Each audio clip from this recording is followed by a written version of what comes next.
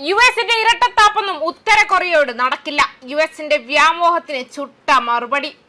ഉത്തര കൊറിയയെ ആണവ വിമുക്തമാക്കാനുള്ള അമേരിക്കയുടെ നീക്കങ്ങൾ കാലഹരണപ്പെട്ട വെറും വ്യാമോഹം മാത്രമാണെന്ന് ഉത്തര കൊറിയൻ ഭരണാധികാരി കിം ജോങ് ഉന്നിന്റെ സഹോദരിയും ഭരണകൂടത്തിലെ മുതിർന്ന ഉദ്യോഗസ്ഥയുമായ കിം യോ ജോങ്. യുഎസ് നേതൃത്വത്തിൽ രാജ്യം നേരിടുന്ന സുരക്ഷാ ഭീഷണികളെ പ്രതിരോധിക്കാൻ തങ്ങളുടെ ആണവായുധ ശേഖരം ഇനിയും വ്യാപിപ്പിക്കുമെന്നും അവർ പ്രഖ്യാപിച്ചിട്ടുണ്ട്.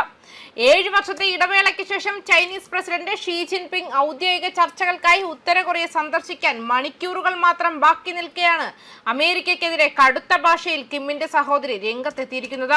ഒരു ആണവായുധ രാഷ്ട്രമെന്ന നിലയിലുള്ള ഉത്തര കൊറിയയുടെ പദവിയെ തരം താഴ്ത്താൻ അമേരിക്ക നടത്തുന്ന അവകാശവാദങ്ങൾക്ക് യാതൊരു നിയമസാധുതയുമില്ലെന്നും ആരും യുഎസിന്റെ ഏകപക്ഷീയമായ ഇത്തരം വാദങ്ങൾക്ക് വഴങ്ങില്ലെന്നും കിം യോ ജോങ് കൂട്ടിച്ചേർത്തു. കഴിഞ്ഞ മാസം ബീജിംഗിൽ നടന്ന ഉച്ചകോടിയിൽ ഡൊണാൾഡ് ട്രംപും ഷീ ജിൻപിങ്ങും ഉത്തര കൊറിയയെ ആണവ വിമുക്തമാക്കുക എന്ന പൊതുലക്ഷ്യം സ്ഥിരീകരിച്ചതായി അമേരിക്ക പുറത്തുവിട്ട വാർത്തകൾ വ്യാജമാണെന്ന് അവർ തള്ളിപ്പറയുകയും ചെയ്തു.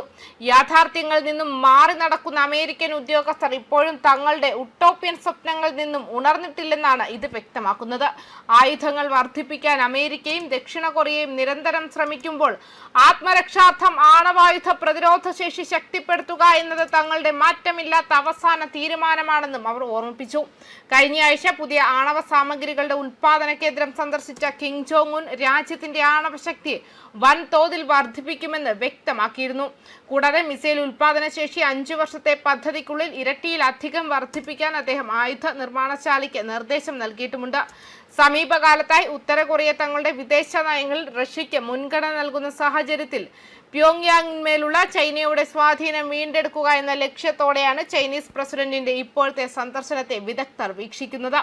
യുക്രൈൻ യുദ്ധത്തിൽ റഷ്യയെ സഹായിക്കാൻ ഉത്തര കൊറിയ സൈന്യത്തെയും ആയുധങ്ങളെയും അയച്ചിരുന്നതായും അതിന് പകരമായി റഷ്യയിൽ നിന്നും വലിയ സാമ്പത്തിക സാങ്കേതിക സഹായങ്ങൾ ഉത്തര കൊറിയ കൈപ്പറ്റിയിട്ടുണ്ടെന്നുമാണ് അമേരിക്കൻ ഇന്റലിജൻസ് വ്യക്തമാക്കുന്നത്.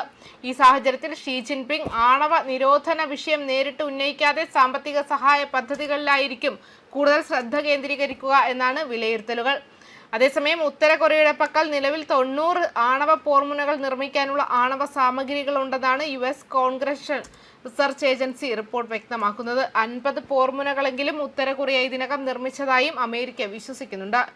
യോങ് ബിയോണിലും കാങ്സണിലുമായി ഉത്തര കൊറിയയ്ക്ക് 2 സജീവ ആണവ സമ്പുഷ്ടീകരണ പ്ലാന്റുകൾ ഉണ്ടെന്ന് അന്താരാഷ്ട്ര ആണവോർജ ഏജൻസി ഇന്റർനാഷണൽ മാർച്ചിൽ റിപ്പോർട്ട് ചെയ്തു.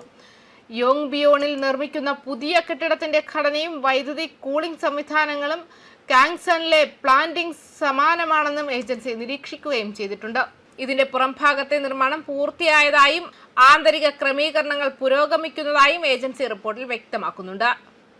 ന്യൂസ് ഡെസ്ക് കർമ്മ ന്യൂസ്.